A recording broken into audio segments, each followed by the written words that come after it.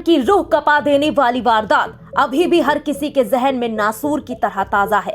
इस भयानक कहानी के मंजर को आज भी याद कर सिहरन पैदा हो जाती है कि आखिर कोई शख्स कैसे इतना दरिंदा हो सकता है कि अपने ही चाहने वाले इंसान को टुकड़ों टुकड़ों में काटकर उसके साथ इतनी बर्बरता से उसकी लाश को ठिकाने लगा देता है। वहीं इसी साल की शुरुआत में दिल्ली के कंझावला में अंजलि के साथ जो भी हुआ वो भी कोई भूल नहीं सका है कि किस तरह कई किलोमीटर तक एक लड़की को दिल्ली की सड़कों पर घसीटा गया। देर रात तक उन सड़कों पर एक लाश खिलौने की तरह घसीटी जाती रही, लेकिन पुलिस की नजर उस पर नहीं पड़ी। लेकिन अब एक बार फिर देश की राजधानी दिल्ली से एक और ऐसी वारदात सामने आई जिसने हर किसी को झकझोर कर रख दिया।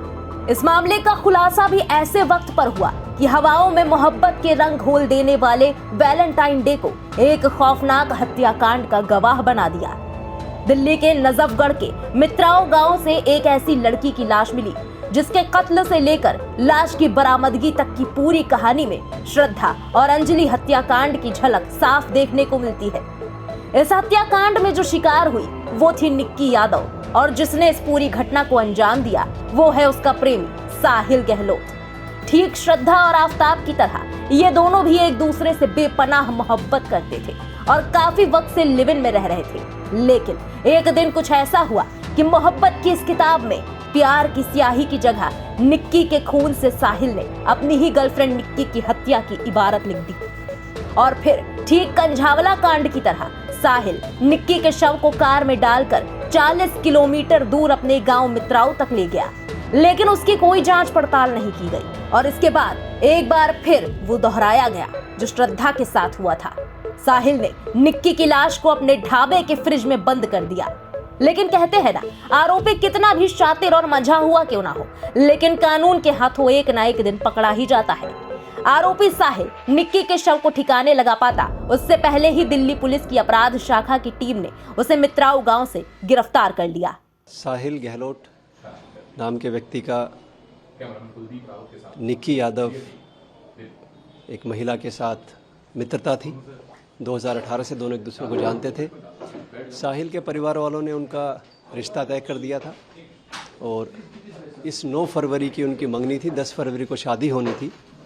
9 तारीख को उनकी महिला मित्र निक्की यादव को पता चला तो उन्होंने कन्फ्रंट करने के लिए उनको बुलाया था। और रात को जब ये मिले हैं तो उस टाइम पे इनमें आपस में बहस हुई और उसमें गुस्से में आकर साहिल ने अपनी महिला मित्र का अपने मोबाइल फ़ोन के केबल से गला घोंटकर उनका मर्डर कर दिया। उसके बाद उनकी बॉडी को कंसील करने के लिए उनके खेतों में एक छोटा सा ढाबा बना हुआ था। ढाबे में फ्रिज में उसकी बॉडी को उन्होंने कंसील करने के लिए फ्रिज में डाल के उसको और वहाँ पे लॉक लगा दिया। वहाँ पे बॉडी का कल पोस्टमार्टम है। अगर कोई और किसी टाइप की इंजरी होगी तो पोस्टमार्टम में पता चल जाएगी। क्या आरोपी से पूछताछ हुई है कि क्या बॉडी को कैसे गायब करने वाले थे?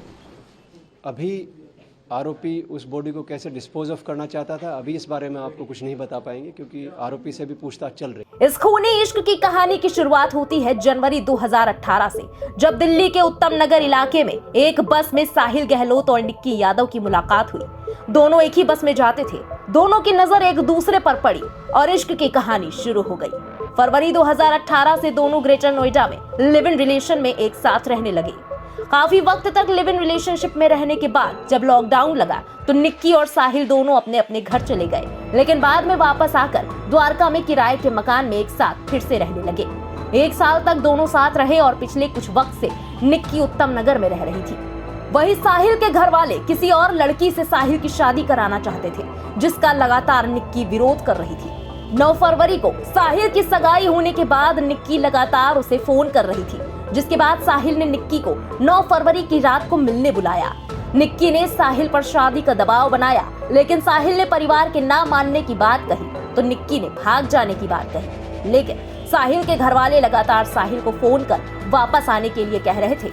साहिल घर जाने लगा तो निक्की लड़ने लगी और साथ में खुदकुशी करने की बात कही, लेकिन साहिल तैयार नहीं हुआ। लगातार बहसबाजी और लड़ाई होने के बाद साहिल ने आधी रात में अचानक मोबाइल के तार से निक्की की गला घोंटकर कार में ही हत्या कर दी और इसके बाद लाश को दिल्ली की सड़कों पर 40 किलोमीटर तक घुमाता रहा। पूरे रास्ते में उसकी कहीं भी जांच नहीं हुई। यही नहीं, हत्या के बाद साहिल ने दूसरी लड़की से शादी भी कर ली। साहिल ने शादी के बाद निक्की के शव को ठिकाने लगाने की योजना बनाई थी। पुलिस को आशंका है कि वो श्रद्धा की तरह ही शव को ठिकाने लगाता।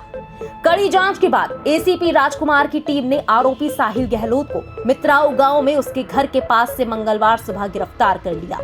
बहरहाल साहिल अब भले ही कानून के हत्थे चढ़ गया हो, लेकिन इस सनसनीखेज मामले के खुलासे के बाद पुलिस की कार्यशैली पर बड़े सवाल खड़े हो रहे हैं कि आखिर कैसे एक शख्स अपने साथ कार में एक लाश को लेकर 40 किलोमीटर तक घूमता रहा और किसी भी पुलिस वाले की नजर उस पर नहीं पड़ती। क्या कंझावला कांड से अब तक कोई सबक नहीं लिया गया है? फिलहाल पुलिस ने साहिल को गिरफ्त में ले लिया है। अब आगे इस मामले में और क्या खुलासे होते हैं और आरोपी पर क्या कार्रवाई होती है, ये देखने वाली बात होगी। फिलहाल इस खबर के बारे में आपका क्या कहना है? कमेंट सेक्शन में लिखकर अपनी राय जरूर बताएं। देश और दुनिया की बाकी बड़ी और अहम खबरों के लिए सब्सक्राइब करें इंडिया पब्लिक खबर के YouTube चैनल को और बेल आइकन दबाएं ताकि चैनल से जुड़ी सारी लेटेस्ट अपडेट्स आप तक वक्त से पहुंच पाए।